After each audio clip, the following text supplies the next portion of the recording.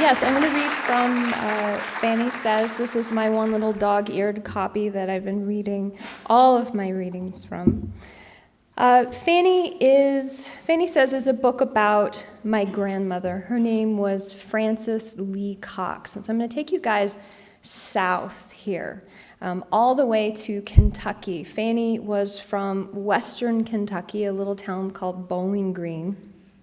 And what you might need to know about her is that she was about maybe 5'1", 5'2", but when she got done teasing her hair and put her little wiglet on the top, she was maybe 5'4", 5'6". She drove a white Cadillac Eldorado all of her life. Actually went through several, but they were all the same, and they had the big fins on them with atomic red leather seats.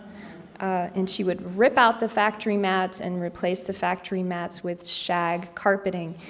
And by all rights, Fanny was the one who raised me. She had 7 children. Her youngest daughter was my mother, but my mom had me when she was 16, so she needed a lot of help raising me, and I was just folded in with all the other kids. So I will start in Fanny's voice, because I really think that it's only right that y'all know what you're in for. So if you want to run, you can get out real soon. This is called Fanny Says How to Be a Lady. And there are 10 parts to this, but I'll just read 5. And these are things that I heard over and over again as a young woman, so you might understand how I am. Fanny Says How to Be a Lady. Number 1, never tell your age. If under cardiac arrest and the ambulance comes, the paramedic will ask lots of questions. The city you live in, the president, your last name. Answer him best you can. But if he asks the year you were born, say, "You're the doctor here. If you're so fucking smart, why don't you tell me how old I am?" Number 2. Y'all got that? 2. Watch your reputation close. Remember, if you lie down with dogs, you'll come up with fleas, and no man will buy a cow if he gets the milk for free. Now, if you need a husband, put on a pair of pants, tight now, so it shows your rump, and get a little chain to walk that dog. Go on to that fire station and walk past. Now, those firemen are going to notice you and whoop and holler, but don't you pay them no mind. You just keep walking with your head held high. By the 4th or 5th time you walk past, one of them's going to say, "Well, I'm going outside to talk to that hoe," and that's just what he'll say. But I'm sure he'll learn right different soon enough, and then it'll be all she wrote. 3. Take it easy. Keep your feet up. And don't carry nothing heavy unless you want your uterus to fall out on the hot sidewalk. And if you lift weights, you'll lose your perky breasts. You won't be left with a titty one. Trust your grandmama. Stay away from the gym, because like I say, I don't believe in exercise. No, not one bit. You know, they told me this audience would be quiet today, but you guys are doing all right. Number 4, don't fool with the boy with no home training. If he pulls in front of the house and lays on the horn, don't you answer. You ain't no whore. He needs to come to the front door proper and knock. And when you get to his car, Grandma will be watching to see if he opens the passenger side. If not, you stand still. Let him jump in alone. Soon enough, he'll notice you're not in the car and come around to open your door. I mean it. I'll be watching, and if you so much as touch that handle, I'm coming out to whoop your ass. A man will respect you once you've earned it. Start a puppy early and he won't pull the leash. Number 5. And this is one of the last things she said to me. I was leaving her condo. She was yelling this at me as I was walking out the door. She said, "Be mean and fight for it. That's the only way it will ever come to you. Remember what Grandma tells you. People will only take what you let them, and you hold that head back and walk straight. You understand? Be mean. Fight for it. Hold that head back. Walk straight.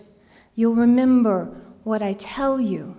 You'll remember, won't you?"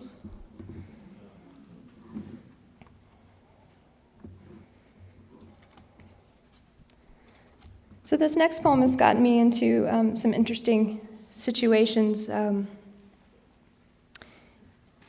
I'll just jump right in. Trigger warning if you have any problems with any of the language you heard with the last one. So the title is called Fuck. Fuck is what she said, but what mattered was the tone. Not a drive-by spondy, and never the fricative connotation as verb, but from her mouth vowed, often preceded by, well, with the U low, as if dipping up homemade ice cream, waiting to be served last so she'd scoop the fruit from the bottom where all the good stuff had settled down. Imagine, not a word cold-cocked or screwed to the wall, but something almost resigned, a sigh, an oh well. The F word made so fat and slow it was basset hound, chunky with an extra syllable, just enough weight to make a jab to the ribs, more of a shoulder shrug. Think of what's done to shit in the South. This is shit, but flicked with a whip, made a little more tart. Well, fuck, Betty Sue. I never did see that coming. Can you believe? Or my favorite, not as explicative, but noun. Fucker, she said. But what she meant was darlin', sugar pie, sweet beets, a curse word made into a term of endearment, as in, come here, you little fucker, and give your grandma a kiss. If the child, thanks, guys. If the child was young enough for diapers, he'd still be a shit ass, but big enough to lift his arms and touch his hands together over his toddling toe head. He was so big, all grown, a cute little fucker. Watch him go. Fuck is what she said, but what she needed was a drum, a percussion to beat story into song, a chisel to tap honey from the meanest rock. Not just fuck if I know, or fuck me running, or fuck me sideways, or beats the fuck out of me, but said tender, knowing there was only one thing in this whole world you needed to hear most. You fucker, you. Don't you know there wasn't a day when you weren't loved? If you still don't understand, try this. A woman up from poor soil, bad dirt, pure clay. A woman as succulent, something used to precious little water, hard sun, rock crop maybe, threading roots to suck nutrients from the nothing of gravel, the nothing of stone, a thriving thing, sturdy, thorned, green out of mere spite. And because you least expect it, laughing, cussing up a storm. My grandmother, who didn't ask for power, but took it in bright, full, fuck-it-all bloom.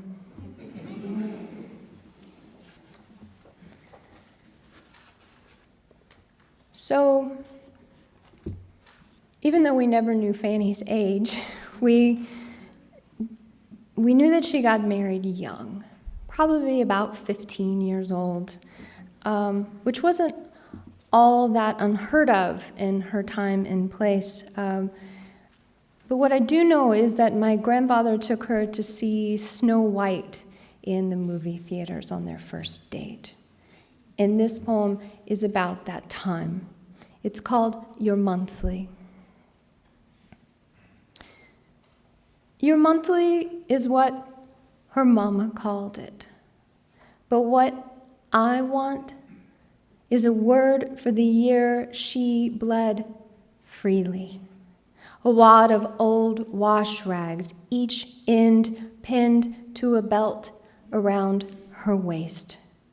A word for 12 happy deaths, each unfertilized cell that washed out saying, "Not yet, Fanny, you still just a child yourself."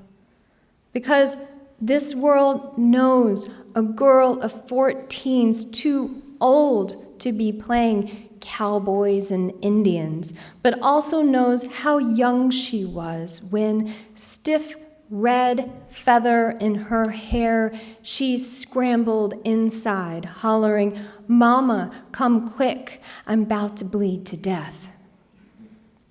A word for the year she learned to walk in red shoes pulled from some rich lady's trash. The sound of those heels down the hall, 2 guns cocking with quick clicks, a sound to hide from her daddy in the morning, eating his breakfast of milk and corn pone with a spoon. A word for the time before a man swaggered in, bought her a dime store Coke, bought her her very first bra, then took her to the picture show to see a cartoon with dwarves impossibly happy to be working the mines. A year later, she was expecting. Though what exactly I was expecting, she told me, I couldn't have said. A word, please, somebody give me for that season with her uterus small and tight as an inedible green pear, her body keening and cramped in its stall. A word for all things not yet stretched to bits. A word for all things not yet broken. A word for all things left unbroken. A word for breakable yet unbroken things. A word for unbroken expectant things. Tell me, what is that word?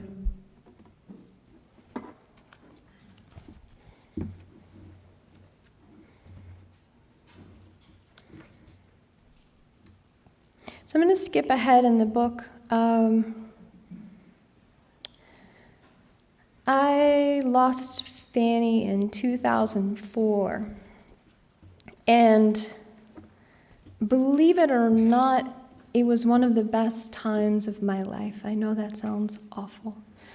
And it was one of the best times in my life because I took every weekend I had. At the time she was down in Florida, and I flew down there and sat next to her, and she, of course, by then was bedridden. She was on hospice and had nothing left but talk. And boy, did she tell me some stuff. So, and she didn't lose her sense of humor either. So this is about that time. The poem is called Flitter. And if any of you out there in the audience, if your family uses flitter, the word flitter, in the same way that my family does, you gotta let me know. We're probably related. Flitter is what she said. But what she meant had nothing to do with the lighting from one bloom to the next by a monarch or an equally colorful diva at the bar.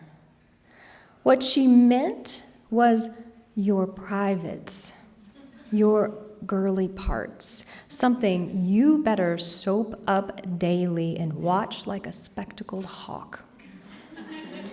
It was code, really, a kid-friendly word like every Christ-fearing family has, something to sidestep the gynecological genitals and its speculum-chilled vagina, something that wasn't her sex, a word that said Colette, both verb and noun exhaling the same thin, gentlewoman cigar. Hers was a word rated PG, something that wasn't once an innocent kitty in boots that now swung practically buck naked from a pole, and never do you hear flitter in any bass-thumping salt and pepper my mango vajayjay songs. No, flitter is lyrical but awkward. Despite its featherweight meaning, it never does fly. To me, flitter sounds heavy, ironic, with the phonic aptitude of a frying pan, a word a little too natural, perhaps, in need of a shave. What kept it alive was that F sound, slightly transgressive, ready to leap off the four-letter cliff, but more so it echoed with fat and flat, the two qualities of a flitter Fanny found. A baby girl, for example, was always born with a fat flitter, and that's exactly what she would be called. And then there was fat as a flitter, applying to cute, chunky things like chipmunk cheeks and toddler's wrists and puppy dogs. Are any of you guys related? Show of hands. Okay. I found one in Alabama. Then, of course, there was flat, a more mature version of the same. And if you did enough crunches, yes, your belly would be flat as a flitter. The similes go on, as carbonated beverages can go flat as a flitter, as can your hair on a humid day. And if you drive west, all that land, you got it, flitter flat. My favorite times with the word were the last days we had her, when she needed oxygen and ice chips and kept death backed into a corner by calling me a flitterhead. I swore I didn't have her remote, and she didn't believe me until she found it under the covers between her legs.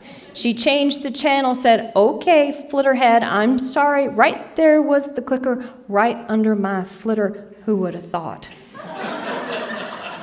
And when it was time to change her, to wipe off the blackest stool with a warm cloth, she kept me from deep sorrow by saying, "Make sure to hit my bald flitter now. Nobody tells you every hair falls out down there as you age. And hit it with a dose of powder, Coey. Grandma's got to stay fresh." I cleaned her as I would a baby, turning her best I could from side to side. And later, when I tired, I called in the nurse to help me hold her so I could change the sheets. The nurse was from an island not far from Florida, but far enough that when our work was done, she stopped me, asked, "I'm sorry, your grandmother. I can't understand her. Can you tell me what language she speaks?" It was then I knew. I wasn't losing my grandmother, no. I was losing my home, the one place I could understand the world through a mother tongue only she could sing.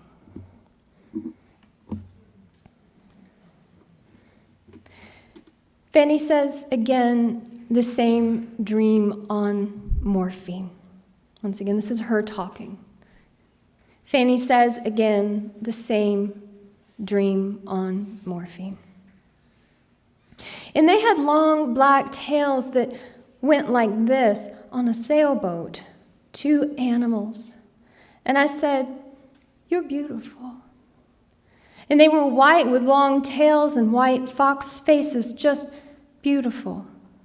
Do you know what kind of animal it could have been? I just couldn't figure it out. It weren't no dog, no, and it weren't no cat neither, no, nothing as big as no damn horse. I don't know what they were. I just knowed they was beautiful. And when I returned to the boat, one of them was dead, and I was scared, and I sat on the dark edge, but I didn't cry. No, I didn't cry at all. I crouched down there in that dark yard and just waited for somebody to come for me.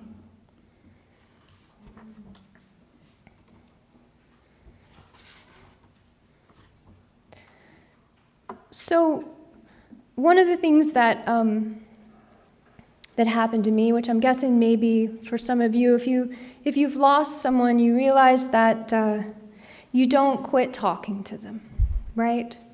Especially if you're really close to them. And I have notebooks and notebooks where I'm really just talking to Fanny because she always gave me advice. Now, I do open my own car door, but I followed most of her advice.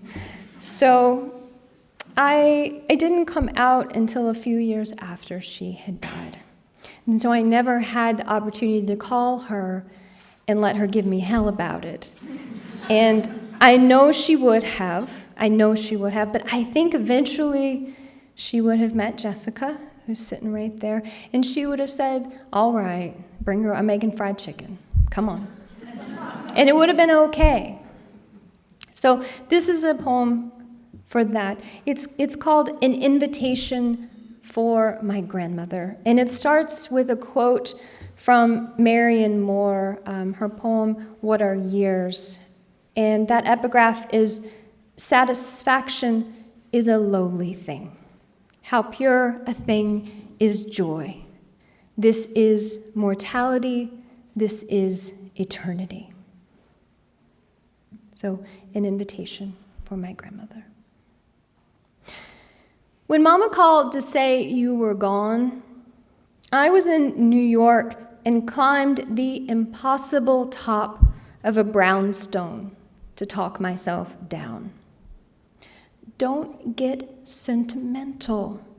Dying is what grandmothers do, was what I told myself. But what I should have done was invite you there with me.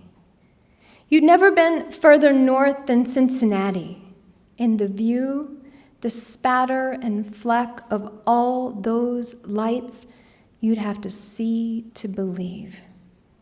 So now that you're on the other side and got your knees working again, come, lace up your kids, walk with me a while. I won't say the world's better. It's not.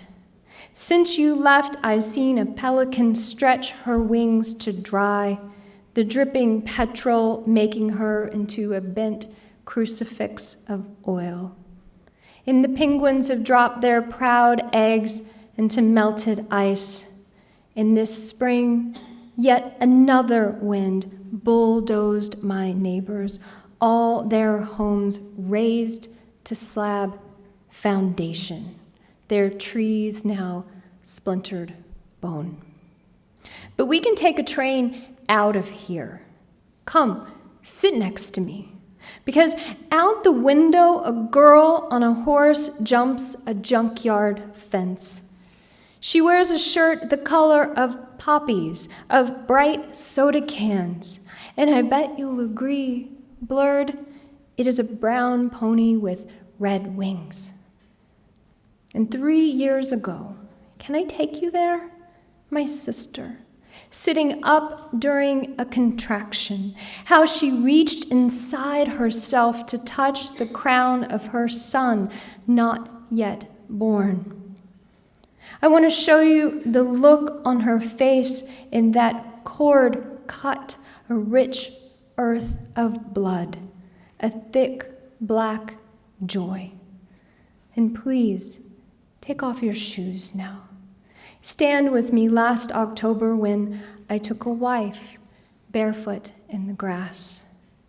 We made our vows, and after, when she held my jaw with both hands, I could feel the bones of my skull rising up to make a face finally seen.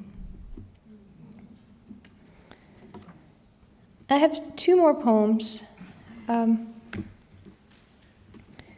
Jessica has dared me to read this next one. If it doesn't go over, you owe me so big. It's difficult because it is, there's not a lot of breathing room in this poem. And the reason that there's no breathing room in this poem is that I wrote it on the 4th of July a few years ago when I was sitting outside on the porch just eavesdropping on everything that my insane family was saying. So it's a collage of sorts.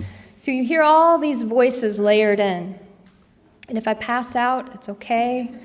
It's all right. So, all right. The family celebrates independence.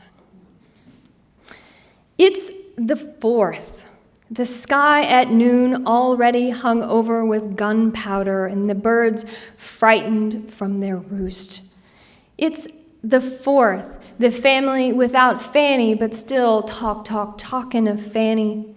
The family piles out with plastic forks and paper plates and paper towels. The family piles out with deviled eggs and macaroni salad and Benedictine and chips. It's the 4th. In Mama's husband's grilling a 24-pack of Franks, 10 pounds of hamburger, and 1 veggie burger for Miss Tree Hugger here. It's the 4th. The heat so intense, even the uncle with the glass eye church fans himself under the ginkgo tree. Hot damn, it's the 4th. It's the 4th, and the little purse dog, dressed especially for the occasion in striped doggy dress, is shitting and shaking. The aunt with all the gold bracelets tries to calm him as you would an autistic child with compression, tight wrapped in a kitchen towel. She's begging the boys to lay off the bottle rockets. You boys are about to kill Pookie here. It's the 4th, and we need another bag of ice. It's the 4th, and somebody get more beer. Damn it, if I told you once already, will somebody move the ice cream maker? That salt's gonna ruin my lawn. It's the 4th, and has anybody seen the baby? I heard the baby crying. It's the 4th, and the baby is screaming Darth Vader style into a box fan. Will somebody watch the baby's fingers? Is that my glass? Has anybody seen my glass? Where's my pocketbook? Do you think that mayonnaise might be Carney by now? Well, pitch that shit before we all get sick. We only got 1 toilet here. It's the 4th, and the tall cousin is getting taller, and the fat cousin is getting fatter, bless her heart. It's the 4th, and the pretty aunt with the big teeth nurses a cup of milk for her throat. It's the 4th, and the cousin with the dragon tattooed on his thigh shoots tree frogs with a pellet gun. His wife is pregnant again, grinning hard as a suck-egg dog, and somebody says, "Where does that come from anyway, suck-egg dog?" And hell if I know, the cousin says, but she sure is craving deviled eggs. She's had 5 already. It's the 4th, and doesn't anyone have an Alka-Seltzer, Tylenol, Rolaids, Band-Aid, serving spoon, Tommy Tippy cup for the baby? Where is the baby? Has anybody seen the baby? Good God, precious angel, step away from that fan. You're about to cut off every one of your fingers. It's the 4th, and for one day this summer, even the conductor must have a day off. The train's not howling down the tracks, and the neighbor's wolf hybrid isn't chained and snarling through the fence, and Mama's got on her bra for company's sake. It's the 4th, and some genius brought red, white, and blue cupcakes. Who thought blue icing was a good idea on these white counters, especially with all these messy kids? They eat one after another. Look at that baby with its blue mouth. Watch his fingers in that box fan. It's firecrackers and bottle rockets before dusk, and after it's Roman candles brought over the state line. It's the kind uncle with the whiskey sweat spitting chew into one beer can and drinking from another.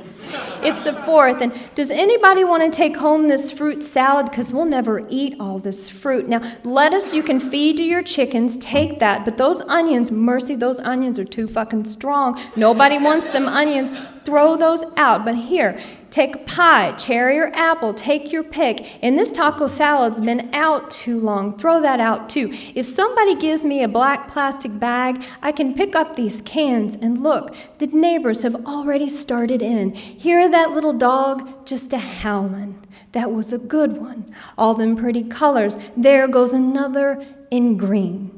Where is the baby? Okay, somebody take him in. Don't you dare give him a sparkler. He'll burn himself to ashes in a puddle of grease. Take him in. That diaper's ripe. Ain't that ice cream ready yet? Anybody seen my keys? Damn it to hell, shoo, have mercy if I don't have some heartburn now. Boy, them fireworks sure are beautiful, don't you think?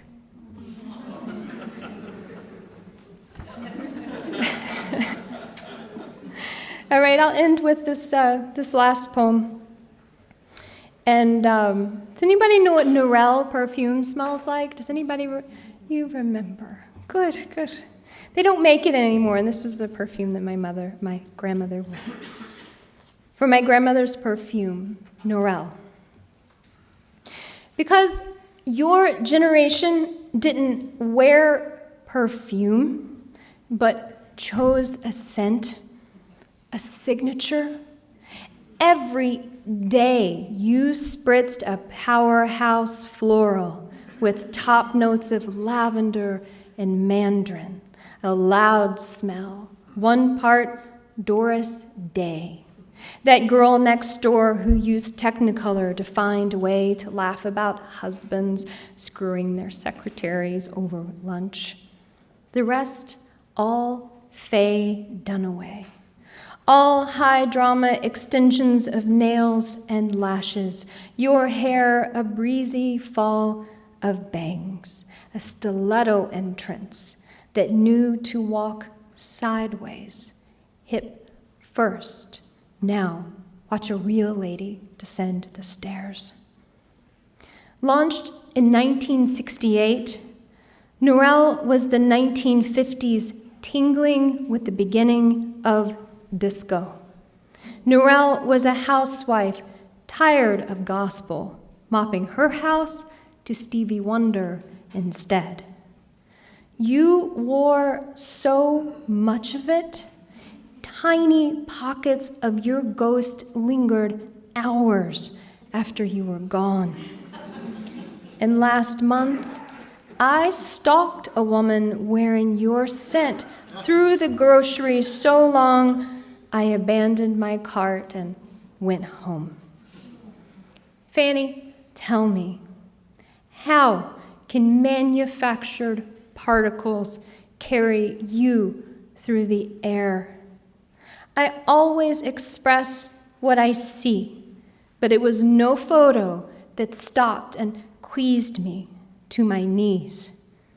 After all these years, you were an invisible trace. And in front of a tower of soup cans, I was a simple animal craving the deep memory worn by a stranger oblivious of me.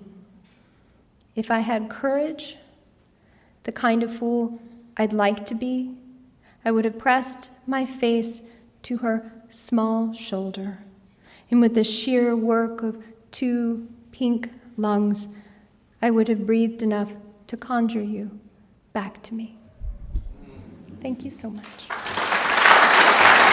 By way of introduction in poetry in general, I have to say, why the hell couldn't my name have started with an A?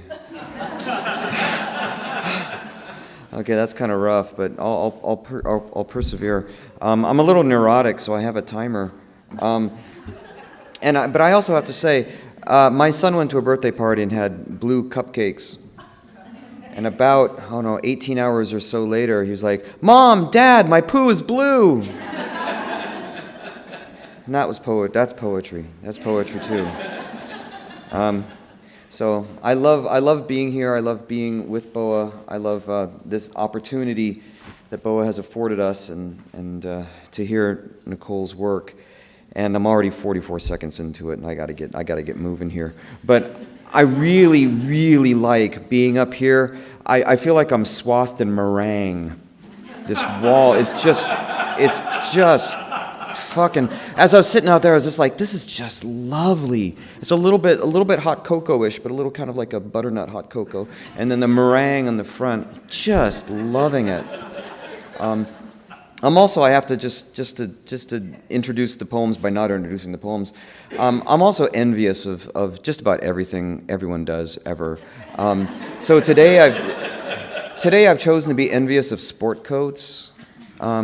And I stood out front because I just wanted to see these sport coats because I saw a really lovely one, so I went out front and watched the rest of them come in. All of your sport coats are better than mine, but I do want to point out the blue with the pinstripe, the pink pinstripe. That was absolutely fabulous. And the other award winners in the back, the silver, it's the silver black, just absolutely just floored me, man. Those two, so. I have no lovely prizes for you, but I don't know. My envy should be enough, and a shout out from the stage. So it was 2009, and I had just done this thing with G.C. Waldrop where we inhabited an imagined third space, and we were done, and both of us kind of retreated into the get the heck away from imagination and other people for a while, and I just sat down one day. There are 2 microphones here. Oh, I could have clipped it to myself. God, that's awesome. So I just sat down. I was listening to a John Cage composition called In a Landscape, and I put that on one morning. I just started typing. I wrote In a Landscape at the top of the page, and I was just like, I'm done with imagination. I'm done with art. I'm just going to say whatever I think of next. And there we go. So, yeah, it shouldn't be interesting. And some have told me, in fact, it achieves that goal. So, In a Landscape, 1 starts off with, are you happy? And that was my first question. I was nearing 50, and I'm thinking to myself, I have children, I live in a very small town, a cornfield abuts my backyard. Am I happy? Is this a happy thing? Are we supposed to be happy? Is happiness part of the equation? Is chasing happiness an incorrect pursuit? Should one not be? Should one be instead just chasing, I don't know, Doctor Who or something? What is this thing? So I thought, well, okay, I'll think about that. And that took me from just November 1st until I think about Christmas. It was the first run through of this. So I'm going to read these in order. Six or so sections of this poem. In a Landscape 2. And unfortunately, also, I started off writing in Roman. I was going to be like, okay, well, I don't know what I'm writing, so I might as well put it in Roman. That has a little air of respectability to it. Unfortunately, I really suck at Roman. So once I got past 10, I was really screwed. So I continually had to it was very difficult. And I talk about that in number 12, which will be coming up shortly. In a Landscape 2. Ghosts are people who think they're ghosts, my daughter Natalie said, starting off the period we will refer to later as a little bit further along. Since then, which was last night, November 3rd, 2009, I've been thinking about where I am more as a kind of goal, and something less about where I'm not. It's a pleasure to be where one is, given that someone isn't somewhere lethal. This is pleasure one. And now this is pleasure two, thinking about it, so that this place, which was place one and a pleasure as we were there, where we were, and it was not a lethal place, but a place where we were, is now this place again as we're here thinking about it, like America or a popsicle. Open the house and the house is empty, Natalie also said, meaning her doll house, as she's 7. But when she said it, I had this vision of all of us suddenly disappearing, maybe thinking ourselves ghosts even, or getting somewhere out and around her bedroom and then down the hall and stairs. I'll tell you how it happened. Natalie and I were looking out the window at the backyard, and she asked me if I liked our house. It's a theme with her. The other night, she asked me if I liked life. And she's 7, right? I said, yeah, a lot. And she looked at me a second and then said, me too. You don't hear that every day, I think, until the accumulations begin to remind me of every day. Carla, who donated a kidney to her brother-in-law, Robin's uncle, Robin's my wife, has just been diagnosed with cancer 2 months later. She sends hopeful updates from the hospital on Facebook. Like fountains, the footnotes go on, my footnote or yours. The big questions can't be decided in this way. They demand coins or laws, and this is much too important to be a big question. Number 12. Roman numerals don't do much for people who like 0. O, null, nil, or not. 0 was conceptual, as in Arabic numerals, where the whole thing seems more conceptual, at least to me right now, sitting here, trying to remember how to count in Roman, let alone imagine subtraction, division, etc. I was looking at the alphabet in my daughter's 2nd grade classroom the other day, wondering why the vowels were so mathematically distributed. Okay, I'm giving you something here. I've never heard anyone talk about this, so this is like a moment. This is that kind of like wisdom poetry you've heard of. Okay, so this is it. This is my shot at it. So faites attention. A, B, C, D. E, F, G, H, I, J, K, L, M, N, O, P, Q, R, S, T, U, V, W, X, Y, Z. That's vowel 3 consonants, vowel 3 consonants, vowel 5 consonants, vowel 5 consonants, vowel 5 consonants, as long as you ignore the uncertain status of Y. Which reminds me right now of the uncertain status of the 0, nulla, nulla, nihil. How can nothing be something? Indeed. And that is all I remember from that parent-teacher conference. I have nothing to say, and I am saying it, is perhaps the most famous thing John Cage wrote. And he went on to write 7 or so books on the topic. I've always enjoyed thinking of nothing as something, this something called nothing that one can hold. It turns a lot of ghosts into people you can sit and have dinner with.